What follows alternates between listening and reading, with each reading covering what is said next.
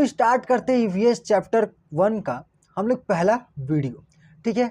और मैंने अब से अपने चैनल का नाम बदलकर टॉपर्स एकेडमी और अपने कोचिंग सेंटर का भी नाम बदलकर टॉपर्स एकेडमी ज्वाइन कर दिया। उसका रीजन मैं एक शॉर्ट बनाकर तुम लोग को दे दूंगा कि टॉपर्स मतलब क्या, ठीक है। तो इसके बाद हम लोग समझते हैं ईवीएस का चैप्टर 1। इसको बनाया है मेरी स्टूडेंट अंशु कुमारी, जो कि बेंडल महात्मा गांधी स्कूल में पढ़ती हैं, ठीक है। तो इसको बनाने का श्रेय उसी को जाता है, तो इसलिए मैंने लिख दिया है।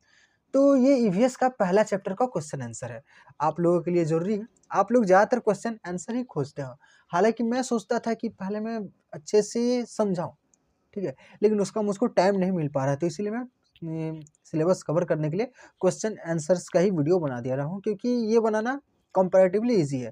उसको अच्छे से समझाने में पिक्चर्स देने पड़ते हैं, तो वो कंपैरेटिवली हार्ड हो जाता है और उसमें ज़्यादा टाइम लग जाता है, ठीक है।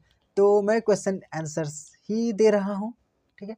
तो क्वेश्चन आंसर देखो, जीवाश्म ईंधन पहला चैप्टर से हम करते हैं क्या, जीवाश्म ईंधन, कोयला पेट्रोल डीजल। जीवाश्म ईंधन हमको पता ही है किसको कहा जाता है, कोयला पेट्रोल ईंधन, ये जो किसी जीव के शरीर से पाया जाता है। अब ये कोयला पेट्रोल डीजल जीव के शरीर से कैसे पाया जाता है, तो आप लोग को पता होना चाहिए कि जो लकड़ी मिट्टी के नीचे लाखों साल तक दबा हुआ रहता है, उससे क्या बन जाता है, कोयला बन जाता है। और ज्यादा ताप दबाव बढ़ जाएगा तो पेट्रोल बन जाता है। वो पेड़ पौधा क्या है, कोई जीव का शरीर ही है, ठीक है। और हम लोग भी अगर दबे दबे हुए रह जाए लाखों साल तक, तो हम लोग का शरीर भी शायद कुछ बन जाए, कोयला जैसा पदार्थ, ठीक। तो जीवाश्म ईंधन जो कि कोयला है, पेट्रोल है, डीजल है, इसके दो हानिकारक प्रभाव क्या पड़ते हैं। तो पहला जो हानिकारक प्रभाव है उसका प्राकृतिक संसाधनों की कमी।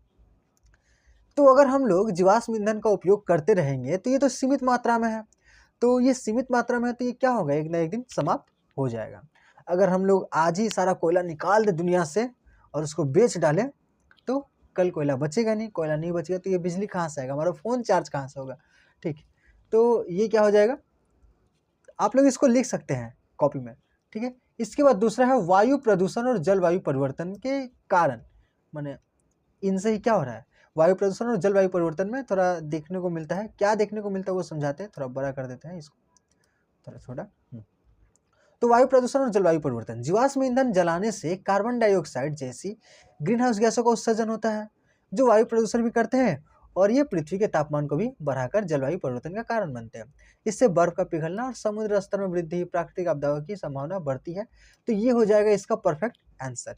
ये हम लोग 3 मार्क्स में लिख सकते हैं, 4 मार्क्स में लिख सकते हैं, ठीक है। 2 मार्क्स में और थोड़ा सा छोटा करके लिखेंगे, तो कितना मार्क्स का आएगा, ये कितना मार्क्स का, ये 2 या 3 मार्क्स का आंसर है, ठीक है। तो मैंग्रोव वन क्या है, मैंग्रोव वन एक प्रकार का वनस्पति होता है। तो मैंग्रोव वन का फोटो अगर हम दिखाते तो आप लोगों को अच्छा समझ में आता है। देखो मैंग्रोव वन होता क्या है, अगर हम यहाँ से हटेंगे भी तो ये बंद हो जाएगा स्क्रीन रिकॉर्डिंग। तो मैंग्रोव वन एक तरह का वन है, माने एक पौधा होता है मैंग्रोव पौधा। मैंग्रोव पौधा क्या होता है, उसका जड़ जमीन के बाहर ही होता है, माने जड़ जमीन, थोड़ा सा जड़ क्या होता है जमीन के बाहर होता है, और ज़्यादा जड़ जमीन के नीचे होता है। ज़्यादा जड़ क्या होता है, थोड़ा जड़ जमीन के बाहर होता है। इससे ये क्या करती है, ऑक्सीजन से सांस ले पाती है। तो देखिए मैंग्रोव वन एक प्रकार का वनस्पति होता है जो समुद्र तट पर उगता है। ये पानी में अधूरा डूबा हुआ है और उसमें मीठा और नमक मिला हुआ होता है। मैंग्रोव जल में काफ़ी महत्वपूर्ण होते हैं, मैंग्रोव जंगलों में काफ़ी महत्वपूर्ण होते हैं, क्योंकि ये समुद्री जीवों के लिए आश्रय स्थल और प्राकृतिक रक्षा का काम करता है। तो ये एक तरह का पौधा होता है जो कि अगर पानी ज़्यादा हुआ है वहाँ पर, तो समुद्र के किनारे इलाकों में क्या होता है, अगर ज्वार आया, पानी बढ़ गया, तो वहाँ पर पानी बढ़ जाता है। पानी का लेवल बढ़ जाने से क्या होता है कि उसको ऑक्सीजन नहीं मिल पाएगा जड़ को, पानी का ऑक्सीजन, पानी पूरा भर जाएगा तो ऑक्सीजन कहाँ से मिलेगा जड़ को। तो और पानी भी क्या है, नमकीन है, जमीन भी क्या होगा, नमकीन हो गया, तो उसको ऑक्सीजन पाने के लिए जमीन के ऊपर उसका ही जड़ बनाना पड़ता है। सुंदरी का पौधा क्लास 10 में लोग पढ़े ना, सुंदरी का पौधा वही है मैंग्रोव वन, ठीक है। निर्वहन्य विकास किसे कहते हैं, ये हुआ हम लोग का 5 स्टार का क्वेश्चन, ये आने का संभावना बहुत ज़्यादा है। निर्वहन्य विकास किसे कहते हैं, what do you mean by sustainable development. Sustainable development का मतलब होता है कि ऐसा विकास, इंसान इस तरीके से रह रहा है कि, इसको थोड़ा ऊपर कर देते हैं, यहाँ पर तुम्हारा वीडियो ही चलेगा। निर्वहन्य विकास का मतलब ऐसा विकास जो वर्तमान की जरूरत को पूरा करते हुए, हम लोग अगर ऐसा जिंदगी जिए कि आज भी हम लोग थोड़ा थोड़ा इस्तेमाल करें सब चीज़, आगे आने वाली पीढ़ियों के लिए बचा के रखें। जैसे पानी आजकल हम लोग देखते हैं कि पानी का नल लग गया है, घर घर नल तो लग गया, लेकिन जल भी बहुत ज़्यादा बर्बाद होता है। तो अगर हम लोग इसी पानी को बर्बाद करते रहेंगे तो आने वाले समय में पानी मिलेगा, जल प्रदूषण हो रहा है और बहुत सारे हम लोग प्रदूषण कर रहे हैं। तो ऐसा विकास हम लोग का भी विकास होता रहे और पर्यावरण को भी नुकसान ना पहुंचे, उसको हम लोग क्या बोलेंगे, निर्वहन विकास, सस्टेनेबल डेवलपमेंट। ठीक है, हर देश को ऐसे ही विकास करना चाहिए कि देश भी विकास चल रहा है लेकिन और जो वातावरण है उसको नुकसान नहीं पहुंचना चाहिए। तो निर्वहन विकास का मतलब ऐसा विकास है जो वर्तमान की जरूरत को पूरा करते हुए भविष्य की पीढ़ियों के संसाधनों और पर्यावरण को नुकसान न पहुंचाए। यह आर्थिक, सामाजिक और पर्यावरण संतुलन बनाए रखता है। ठीक है, इसके बाद देखते हैं अनवीकरणीय संसाधन किसे कहते हैं। अनवीकरणीय संसाधन, नवीकरण मतलब जो नया नया संसाधन है और अनवीकरणीय संसाधन माने जो नया नया संसाधन नहीं है। अनवीकरणीय संसाधन जो एक ही बार उपयोग होंगे, दोबारा आसानी से उपलब्ध नहीं होते, बनने में इनको लाखों साल लगते हैं। जैसे कोयला, पेट्रोलियम, प्राकृतिक गैस, ये सब क्या है, अनवीकरणीय संसाधन है। ठीक है, इनका सीमित मात्रा में होना और पुनः उत्पन्न न होना इन्हें अनवीकरणीय बनाता है। नवीकरणीय संसाधन किसे कहेंगे, वो संसाधन जो कि क्या करते हैं, वे संसाधन, वे प्राकृतिक संसाधन जो समय के साथ पुनः उत्पन्न या पुनः भर सकते हैं, जो बहुत सारे हैं। वे संसाधन जो कि बहुत अनंत है, वो खत्म होगा नहीं, जैसे सूर्य, हवा, पानी, ये सब खत्म होगा। ये सब पेड़, ये संसाधन प्राकृतिक चक्रों से असीमित मात्रा में उपलब्ध हो सकते हैं यदि इनका सही तरीके से उपयोग किया जाए तो इन्हें ही क्या कहा जाता है, नवीकरणीय संसाधन। इससे हम लोग बिजली बनाने के लिए उपयोग कर सकते हैं। सौर ऊर्जा, सोलर एनर्जी, कुछ कुछ स्कूलों में भी क्या लग गया है, सोलर प्लेट लग गया है, जिससे कि वहाँ पर सोलर एनर्जी बनाया जा रहा है। ठीक है, यहाँ पे एक क्वेश्चन आ रहा है, यूएनसीडी का पूरा नाम क्या है, अनसेड का पूरा नाम क्या है, तो इसका पूरा नाम है United Nations conference on environment and development. इसे आपको याद करना पड़ेगा। ठीक है, United Nations conference on environment and development. ये डेवलपमेंट ही लिखा गया है तो शायद गलत होगा, ई लिखा गया लास्ट में, डेवलपमेंट, या फिर आई भी नहीं होगा, ई भी नहीं होगा, कुछ नहीं होगा, डेवलपमेंट का स्पेलिंग यही सही है। यह जो सम्मेलन है, ये जो बना था, ये कब बना था, यह सम्मेलन 1992 में ब्राजील के रियो डी जेनेरियो में आयोजित किया गया था और इसे अर्थ समिट या धरती शिखर सम्मेलन के नाम से भी जाना जाता है। इसका उद्देश्य सतत विकास, यही सस्टेनेबल डेवलपमेंट को बढ़ावा देना और पर्यावरण संरक्षण से जुड़े मुद्दों पर वैश्विक सहमति बनाना है। तो यूएनसेड क्या करती है कि हर देश को बोलती है कि ये भारत, तुम क्या करो, तुम सस्टेनेबल डेवलपमेंट करो, तुम पाकिस्तान, तुम भी सस्टेनेबल डेवलपमेंट करो। अब थोड़ा बोली लड़खड़ा रहा है, सस्टेनेबल डेवलपमेंट। ठीक है, सतत विकास करो। ये सबको क्या करता है, वो सतत विकास करने के लिए प्रोत्साहन करता है कि तुम भी करो, तुम भी करो। निर्वहनीय अर्थव्यवस्था से क्या समझते हो, तो हम लोग समझे कि निर्वहनीय विकास क्या होता है। अब निर्वहनीय अर्थव्यवस्था क्या होता है, तो निर्वहनीय अर्थव्यवस्था से आप क्या समझते हो, निर्वहनीय अर्थव्यवस्था का मतलब है एक ऐसी अर्थव्यवस्था।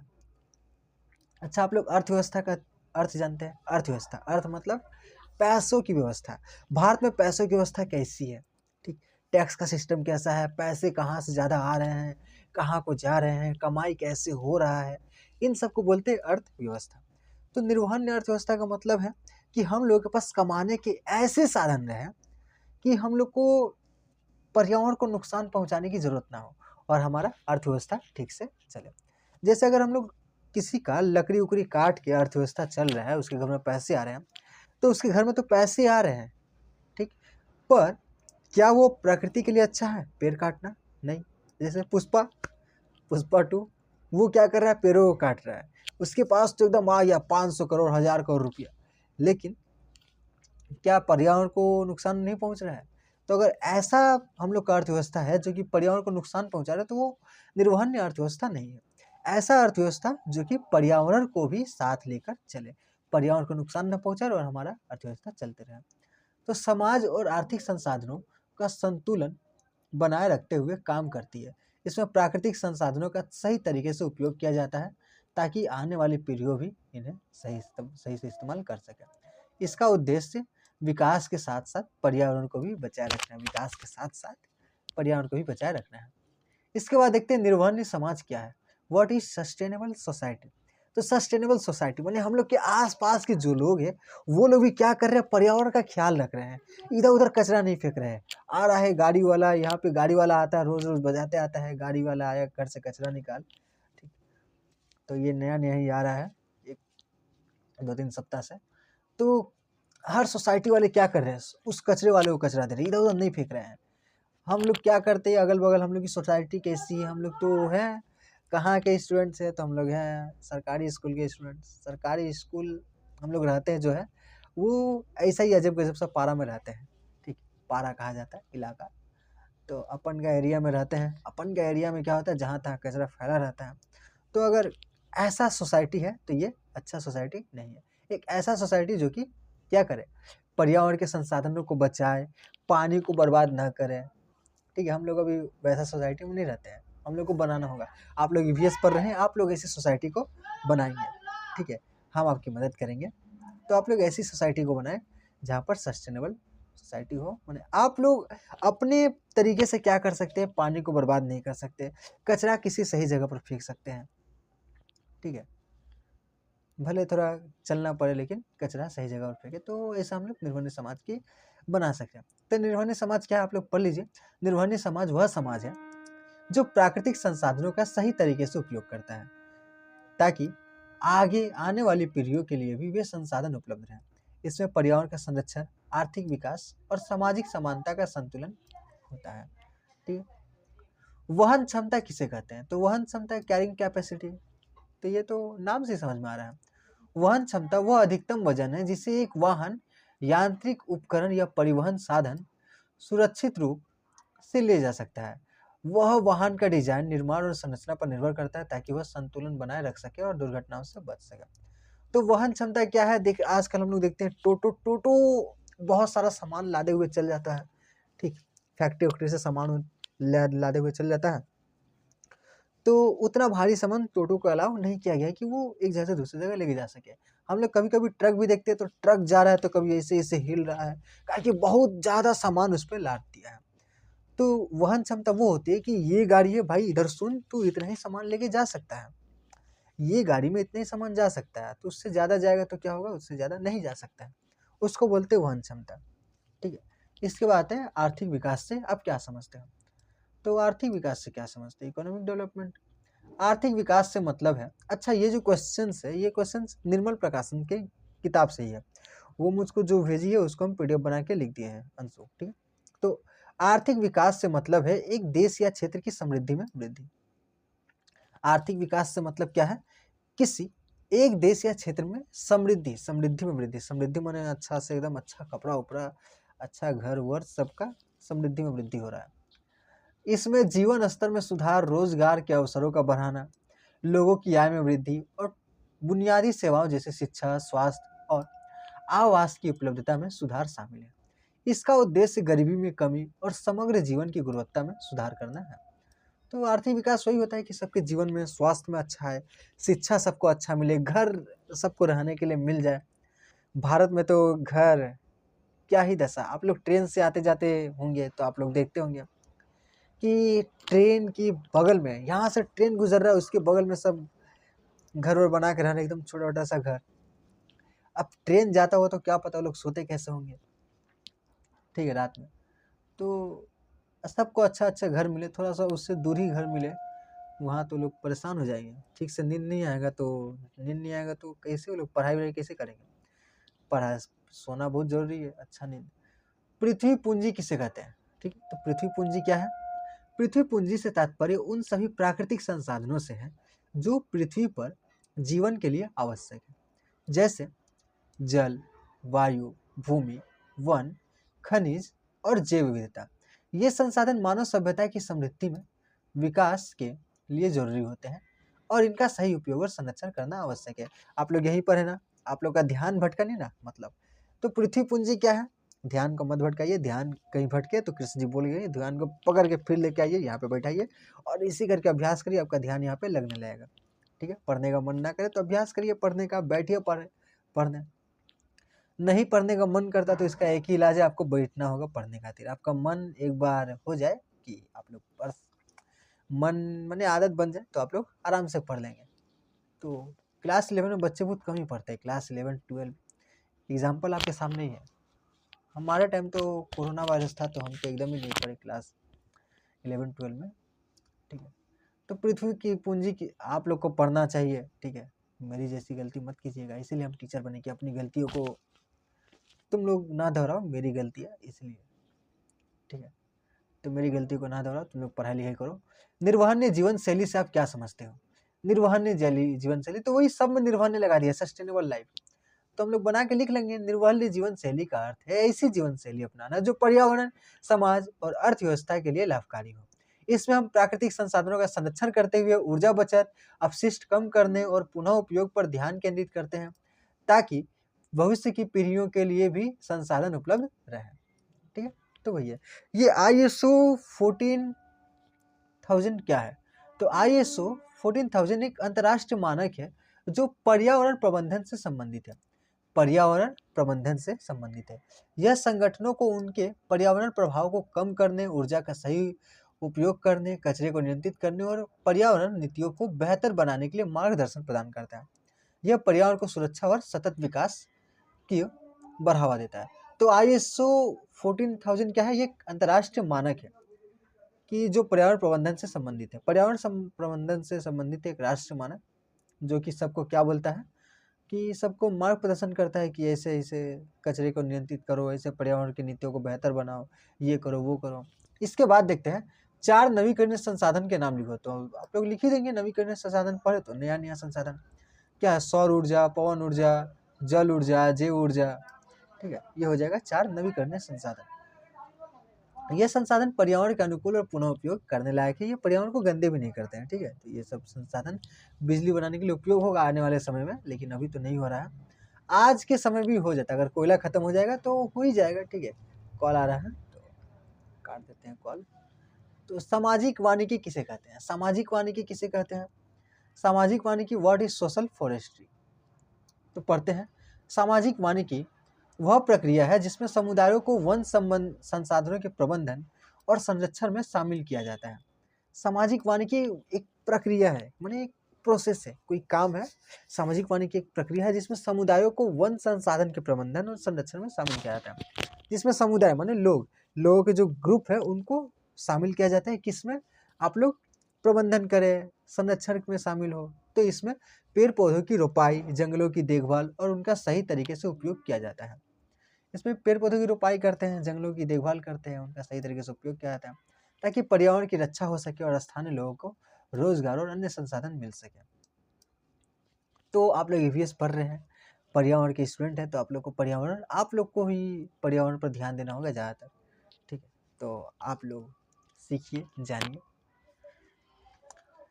निर्वहनीय विकास पर हमारा सामान्य भविष्य रिपोर्ट किस वर्ष प्रकाशित हुआ था? तो ये सब हमारा सामान्य भविष्य रिपोर्ट 1987 में प्रकाशित हुई थी। इसे विश्व आयोग द्वारा तैयार किया गया था, जिसे बुंडलैंड आयोग भी कहा जाता है। इस रिपोर्ट ने अस्थायी विकास, सस्टेनेबल डेवलपमेंट के विचार को बढ़ावा दिया, जिसमें वर्तमान पीढ़ी की आवश्यकताओं को पूरा करने के साथ साथ भविष्य के पीढ़ियों के लिए संसाधनों का संरक्षण की बात की। तो ये निर्वहनीय विकास पर हमारा सामान्य भविष्य रिपोर्ट किस वर्ष प्रकाशित हुआ था? 1987 में। ठीक है। सर्वप्रथम सतत विकास की ओर किसने विश्व समाज का ध्यान आकर्षित किया? तो सतत विकास की ओर सबसे पहले 1987 में डॉक्टर ब्राहथन मोडली ने 1987 में आवर कॉमन फ्यूचर रिपोर्ट में ध्यान आकर्षित किया था। इस रिपोर्ट में उन्होंने बताया कि प्राकृतिक संसाधनों का अत्यधिक उपयोग और पर्यावरण असंतुलन मानवता के लिए खतरा बन सकते हैं। उन्होंने सतत विकास को प्रोत्साहित करने का आह्वान किया ताकि आने वाली पीढ़ियों के लिए संसाधन संरक्षित रहे। अब ये आंसर पे मुझको डाउट हो रहा है, ये आंसर मैं चेक करके बताऊंगा। ठीक है, ये आंसर मैंने सही है कि नहीं, इसको मैं चेक करके बताऊंगा। एक फर्स्ट, बाकी सारा आंसर सही है, उसमें डाउट नहीं करना है। ये आंसर पे मुझको डाउट है। ये आंसर एक ISO 14,000 इस पे थोड़ा डाउट है, इसको मैं चेक करके बताऊंगा आप लोग को। ठीक है, तो ये दोनों आंसर थोड़ा टिक करके रखिए, थोड़ा अजीब सा है। इसके बाद देखते हैं एक फसली कृषि किसे कहते हैं? तो एक फसली कृषि क्या है? ऐसी एक कृषि पद्धति है, ऐसी कृषि पद्धति जिसमें एक ही प्रकार की फसल को एक साथ बड़े पैमाने पर उगाया जाता है। इस पद्धति में एक ही फसल का लगातार उत्पादन किया जाता है, जिससे जमीन पर विशेष प्रकार का दबाव पड़ता है और मिट्टी की उर्वरता प्रभावित हो सकती है। तो एक फसली कृषि क्या है? एक फसली कृषि एक ऐसी पद्धति है जिसमें एक ही प्रकार की फसल को एक साथ बड़े पैमाने पर उगाया जाता है। हम लोग गांव में क्या देखते हैं कि एक हैं, तो उनके 4-5 बेटे हैं। उसके पास मैंने दादाजी के पास 20 बीघा ज़मीन था, तो सब में क्या हुआ, 5 बेटे तो 4-4 करके बँटा गया सब में। अब सब अपना-अपना खेती कर रहा है।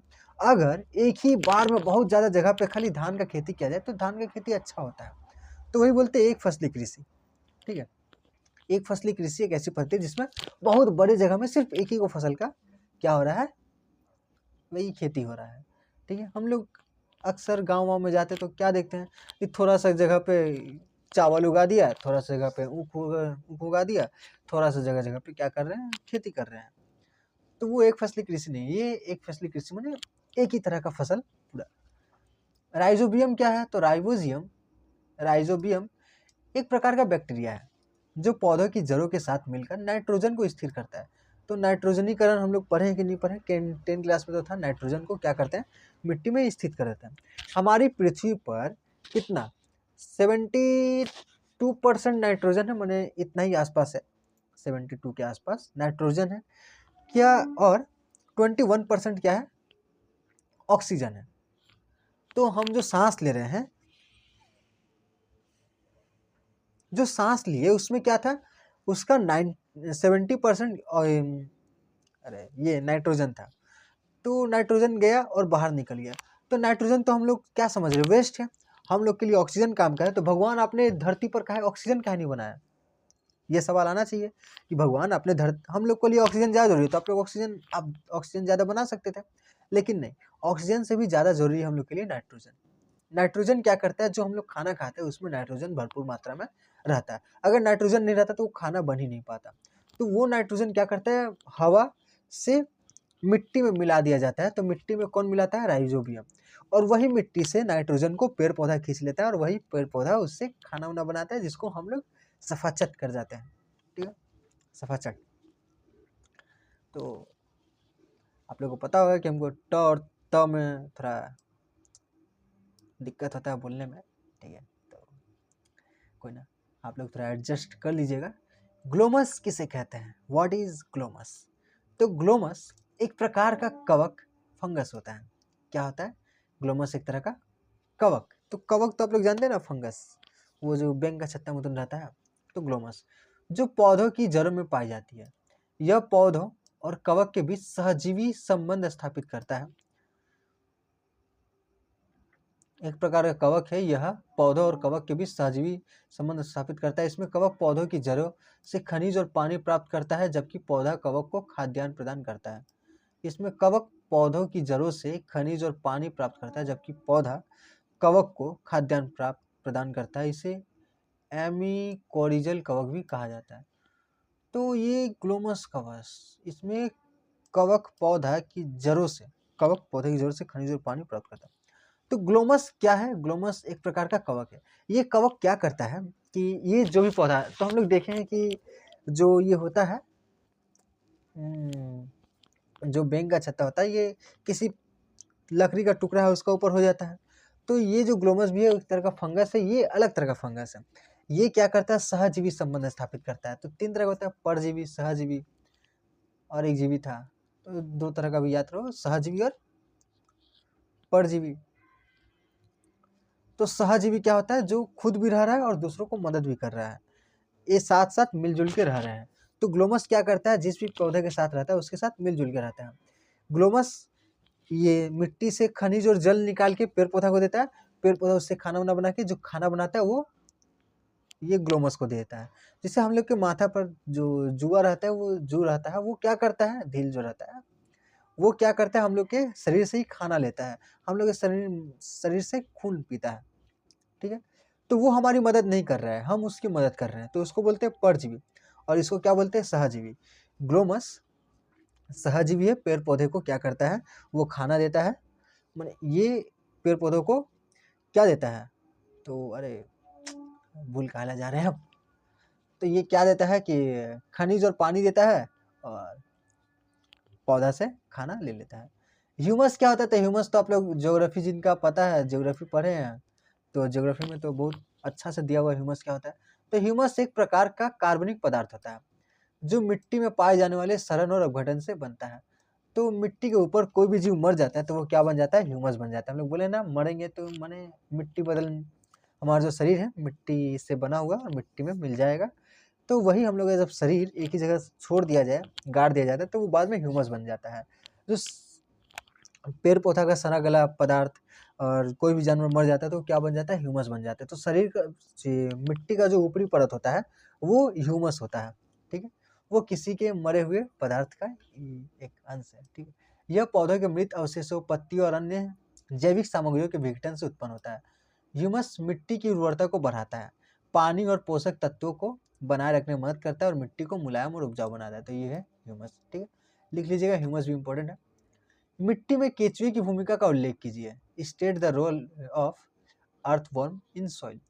तो मिट्टी में केचुए को किसान का मित्र कहा जाता है। आप लोग पढ़े होंगे बचपन में कि किसान का मित्र किसे कहा जाता है, केचुए में केचुए को कहा जाता है। क्यों कहा जाता है, क्योंकि यह मिट्टी को उपजाऊ बनाने में मदद करता है। केचुआ मिट्टी को खोद कर उसमें हवा और पानी का संचार बढ़ाता है।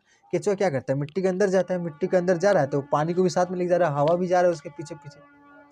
और ये हवा पानी कौन यूज कर लेता है, पौधे यूज कर लेते हैं। पौधों की जड़ तक बेहतर तरीके से पहुंच पाता है। यह सड़ी गली पत्ती और जैविक पदार्थों को खाकर मिट्टी में पोषक तत्वों को बढ़ाता है। केचुए के मल, वर्मी कंपोस्ट से मिट्टी की उर्वरता बढ़ती है। तो केचुए के मल से भी, ठीक है। एजोस्पिरिलम क्या है, किसे कहते हैं, तो एजोस्पिरिलम की एक प्रकार का लाभकारी बैक्टीरिया है जो मिट्टी में पाया जाता है, ठीक है। यह पौधों की जड़ों के साथ सहजीवी रूप में रहता है। किसके साथ, पौधों के जड़ों के साथ सहजीवी रूप में, माने ये भी पौधों की मदद करता है और पौधे की जड़ भी इसकी मदद करते हैं। तो सहजीवी रूप में ये करता है क्या है, तो वायुमंडल नाइट्रोजन को पौधों के उपयोग करने लायक बनाता है। तो ये भी वही एजोटोबैक्टर जैसा ही नाइट्रोजन को मिट्टी में स्थिर कर देता है, एजोस्पिरिलम। इसका उपयोग फसलों की उपज बढ़ाने और मिट्टी की उर्वरता को सुधारने में किया जाता है, ठीक। पर्यावरण में नीली हरी शैवाल का महत्व क्या है, तो पढ़ते हैं। नीली हरी शैवाल, जिसे साइनोबैक्टीरिया भी कहते हैं, पर्यावरण के लिए बहुत महत्वपूर्ण है। इसका महत्व निम्नलिखित है। तो ये जो नीली हरी शैवाल, जिसको क्या कहा जाता है, साइनोबैक्टीरिया। साइनोबैक्टीरिया के बारे में आप लोग भी 9-10 में पढ़े होंगे। बहुत ही जरूरी बैक्टीरिया था, ये नहीं रहता तो ऑक्सीजन बनता ही नहीं। तो ये क्या कर, साइनोबैक्टीरिया क्या करती है, नाइट्रोजन को स्थिरीकरण करती है, नाइट्रोजन फिक्सेशन करती है, नाइट्रोजन को मिट्टी में मिलाती है, ठीक है। नाइट्रोजन हवा में उड़ रहा है, ये हमारे कोई इस्तेमाल का नहीं है, इसको हम लोग खा भी नहीं सकते। हाँ, खाए कुछ नहीं होगा, फिर बाहर निकल जाएगा। लेकिन जब वो पेड़ पौधा उससे बना लेता है खाना वाना, उसको खाते हैं तो हम लोग को नाइट्रोजन लगता है। तो यह क्या करता है, साइनोबैक्टीरिया नाइट्रोजन का स्थिरीकरण करता है। यह शैवाल वायुमंडल नाइट्रोजन को मिट्टी में स्थिर कर देते हैं, जिससे मिट्टी उपजाऊ बनती है और पौधों की वृद्धि में मदद मिलती है, ठीक है। इसके बाद पढ़ते ऑक्सीजन उत्पादन। ये क्या करती है, ऑक्सीजन उत्पादन करती है। हम लोग पढ़े, यह प्रकाश संश्लेषण के जरिए ऑक्सीजन उत्पन्न करती है, इस जिससे जल और वायुमंडल में ऑक्सीजन का संतुलन बना रहता है। जैव उर्वरक, इनका उपयोग प्राकृतिक उर्वरक के रूप में भी किया जाता है, खासकर धान की खेती में। जल शोधन, यह जल में मौजूद अशुद्धियों को कम करने में भी मदद करते हैं। बाह्य स्रोत, तो ये 2-3 को याद रहने से याद काम चल जाएगा, लेकिन फिर भी 5 स्रोत दिया हुआ। कुछ नीली हरी शैवाल पोषण में समृद्धि है और खाद्य पूरक के रूप में उपयोग किए जाते हैं। इस प्रकार नीली हरी शैवाल पर्यावरण को संतुलित करने और कृषि में सहायक भूमिका निभाते हैं, ठीक है। 32 नंबर क्वेश्चन, डीडीटी क्या है, हमको पता चल गया कि आप लोग का मन बड़ा भाग रहा है। 1 सेकंड में 1 मिनट रुक जाइए, हो गया, खत्म ही है, ठीक है। डीडीटी क्या है, तो ये पार्ट 1 है, इसके बाद और पार्ट आएगा क्योंकि बहुत ज़्यादा क्वेश्चन दिया हुआ है, ठीक है, और सारे पार्ट आएंगे। डीडीटी, डीडीटी मतलब डाइमिथाइल हाई क्लोरोथाइन, एक कीटनाशक रसायन है। तो डीडीटी क्या है, कीटनाशक है। कीटनाशक क्या होता है, जो खेती में इस्तेमाल किया जाता है कीटों को मारने के लिए, जिसका उपयोग कीड़ों को मारने के लिए किया जाता है, ठीक है। यह वातावरण में लंबे समय तक रहता है और जीवों के लिए हानिकारक हो सकता है। इसके प्रभाव से कई स्वास्थ्य और पर्यावरणीय समस्याएं होती है डीडीटी। और जैव उर्वरक का उदाहरण दीजिए। तो जैव उर्वरक क्या है, जैव उर्वरक का एक उदाहरण राइजोबियम बैक्टीरिया है। यह बैक्टीरिया मटर, मूंग, सोयाबीन जैसे दलहनी फसलों की जड़ में निवास करता है और वायुमंडलीय नाइट्रोजन को नाइट्रेट में परिवर्तित करता है, जिससे फसलों की वृद्धि में सहायक मिलती है। तो जैव उर्वरक क्या है, तो माने कोई जीव, तो जैव उर्वरक एक उदाहरण हो जाएगा राइजोबियम बैक्टीरिया। आप लोग बोलेंगे कि गाय का गोबर भी तो जैव उर्वरक हो जाएगा, तो हाँ हो जाएगा, ठीक है। वो भी मदद क्या करता है, वो भी खाद मदद करता है कि पेड़ पौधा अच्छे से हो गया। तो आइए, आपका टॉपर्स एकेडमी में स्वागत है। क्लास 5 to 12 तक की यहाँ पढ़ाई होती है। ऑल सब्जेक्ट आपको पढ़ाया जाएगा यहाँ पर, ठीक है। ऑल सब्जेक्ट यहाँ पढ़ाया जाता है। Join for excellence, call now 9007523129 और हमारे यूट्यूब चैनल को सब्सक्राइब कर लीजिए, लाइक कर दीजिए वीडियो को। यूट्यूब चैनल का नाम है टॉपर्स एकेडमी आर्ट्स 11-12, ठीक है। टॉपर्स एकेडमी ये कॉमन नाम है बहुत ज़्यादा, तो इसलिए, ठीक है। तो बस आज के लिए इतना ही। आई होप आप लोग को अच्छा लगा होगा। कोई भी क्वेश्चन पर डाउट होगा या फिर कुछ पूछना उछना होगा तो कमेंट करिए, ठीक है। और कुछ नहीं भी पूछना है तो भी कमेंट करिए, थैंक्स बोल दीजिए, ठीक है। तो ये सब आंसर वांसर लाए हैं तो एक थैंक्स तो बनता है ना जी, ठीक है। तो आप लोग पढ़ाई लिखाई कीजिए और क्या। अब बातचीत करते हैं, थोड़ा आपसे बातचीत क्या करें। चलिए रखते हैं, 31 मिनट का वीडियो बन चुका है। चलिए तो ठीक है, मिलते हैं ईवीएस के नेक्स्ट वीडियो में। तब तक के लिए टाटा बाय बाय, और बता के जाइएगा कि वीडियो आपको कैसा लगा।